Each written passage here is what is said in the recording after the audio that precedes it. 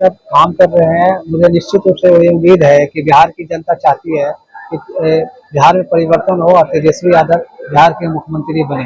निश्चित रूप से एक उम्मीद की लहर जागी है, क्योंकि तेजस्वी यादव के जो शासनकाल 17 महीने का जो है था, 5.5 लाख लोगों को रोजगार देने का रोजगार दिया था, वो कहीं न कहीं लोगों को देव है। समाज के इन छोटे पिछड़े दलितों अल्पसंख्यक को वो फैला के रखे हैं, इम्प्लीमेंट कर रखे हैं। वो व्यक्ति कैसे उनको ये आप अपमान कर सकते हैं, ये सोच भी नहीं सकते। उनका ये जो बोलना है वो गलत है, ये सरासर आरोप लगाया हुआ गलत है। नमस्कार, आदाब, सलाम, सत श्री अकाल। आप देखना शुरू कर चुके हैं SR न्यूज़। मैं देखिए, मैं भी मौजूद हूँ ज्ञान भवन पटना में, और जैसा कि इस चुनावी वर्ष है बिहार विधानसभा चुनाव 2025, लेकिन कहीं न कहीं इस बार जो राष्ट्रीय जनता दल के तमाम जो इलेक्शन होता है, चुनाव संपन्न हो चुका है। प्रदेश अध्यक्ष का जो चुनाव था वो भी संपन्न हो चुका है। आज यहाँ पे राज्य परिषद की बैठक हो रही है। प्रदेश अध्यक्ष को आज यहाँ पे उनको सम्मानित किया जाएगा, नॉमिनेट किया जाएगा। तमाम तरह की बातें, तमाम पूरे बिहार से राष्ट्रीय जनता दल के जितने भी नेतागण हैं, कार्यकर्तागण हैं, तमाम लोग जुटे हुए हैं काफी तादाद में। चुनाव की भी तैयारियां पूरी जोर शोर से कर रही है। तमाम बातें जानेंगे मेरे साथ। आरजेडी के पुराने प्रवक्ता है मोहम्मद इकबाल साहब हैं, बेबाकी से बात रखते हैं, और मेरे साथ और भी है, और लोग उनसे भी जानना चाहेंगे तमाम बातें। क्या कहेंगे, आज बैठक हो रही है, चुनाव नजदीक है। देखिए, आज हमारे नवनिर्वाचित जो ये प्रदेश अध्यक्ष हैं, उनका आज राज्य परिषद की बैठक है, और उसमें जितने भी डेलीगेट है राज्य परिषद के, सारे डेलीगेट आए हैं, और आज पूर्ण रूप से उनको सर्टिफिकेट दिया जाएगा, और उनको ये राष्ट्रीय जनता दल का प्रदेश अध्यक्ष मनोनीत तो हो गए हैं। लेकिन आज जो सुचारू रूप से जो संगठन का जो एक सिस्टम है, जो सारे जिला से डेलीगेट आते हैं, सब डेलीगेट लोग आए हुए हैं, और सब डेलीगेट लोग के समर्थन से आज उनको पूर्ण रूप से ताजपोशी कर दिया गया है। क्या लगता है इस बार जो विधानसभा चुनाव है, जिस तरीके से आरजेडी पूरी तरीके से संगठन को मजबूत कर रही है, लगता है इस बार सरकार बना पाएगी? तेजस्वी यादव का जो अपना एक काम करने का जो तरीका है, पैटर्न है, इन्होंने चेंज किया है, और कहीं ना कहीं तेजस्वी यादव ने पूरे बिहार में अपना सर्वे टीम को भी लगाया है, लड़के को लगाया है।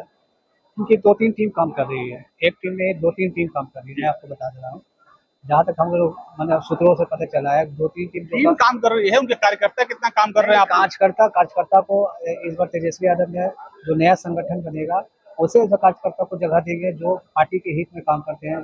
किसी को सोशल साइट का दिया जाएगा, किसी को प्रखंड में दिया जाएगा, किसी को पंचायती स्तर पर लोगों को लगाया जाएगा, किसी को जिला में लगाया जाएगा, किसी को नगर परिषद में लगाया जाएगा। और इस तरह से जो इनका काम करने का जो तरीका है, इस बार सब पैटर्न चेंज होगा। पुराना जो सिस्टम है, वो सिस्टम को खत्म किया जा रहा है।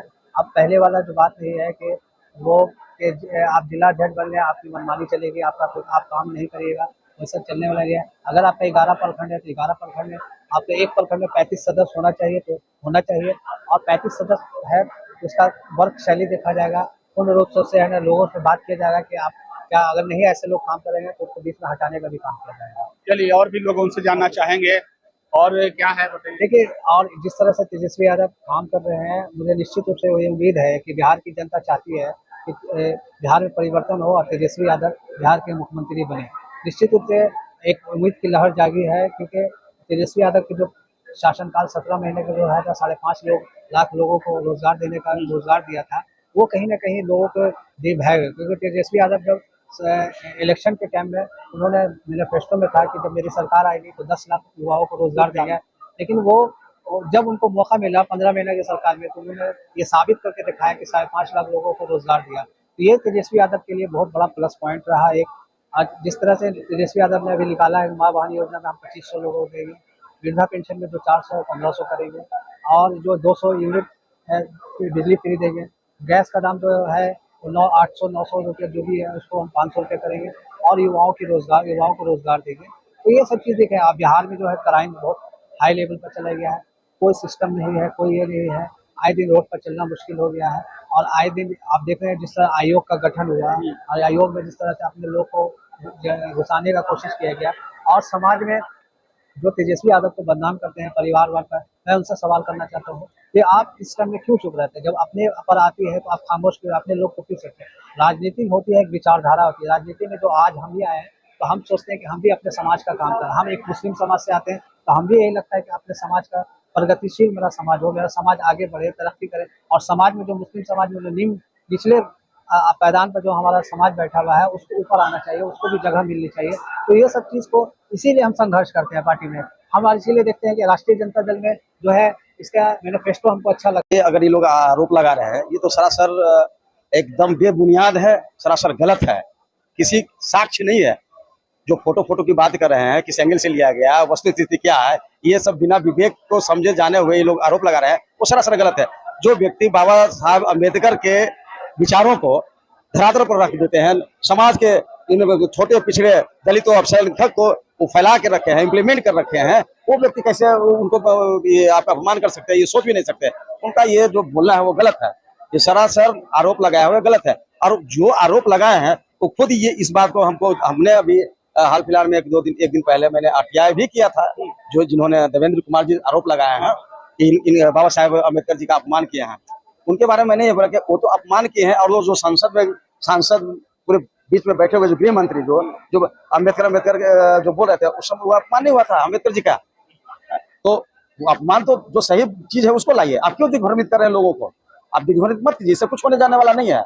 आप चाह रहे हैं कि लालू सुप्रीमो को अगर इस तरह दिग्भ्रमित करके राजद को हम किसी तरह का बदनाम करें, तो ये आपका मन में जो पाले हुए हैं वो सरासर एकदम गलत है। अभी एक आयोग बना है, उस पर तेजस्वी यादव ने बड़ा ही प्रेस कॉन्फ्रेंस कर लगातार आवाज उठाई है, जमाई आयोग है इस तरह का जो। अब देखिए जमाई, वो तो आप मीडिया वाले हैं, अब वो देखिए कि अशोक चौधरी जी से लेकर, है ना, उसके बाद आपका जीतन राम मांझी से लेकर, है ना, चिराग पासवान से लेकर, है ना, तो उन्होंने कोई भी व्यक्ति किसी अपनी पार्टी से वो पिछड़े जो हमेशा उनकी आवाज को मजबूत किया है, क्या उन लोगों को कभी इन्होंने वहां बैठाया है?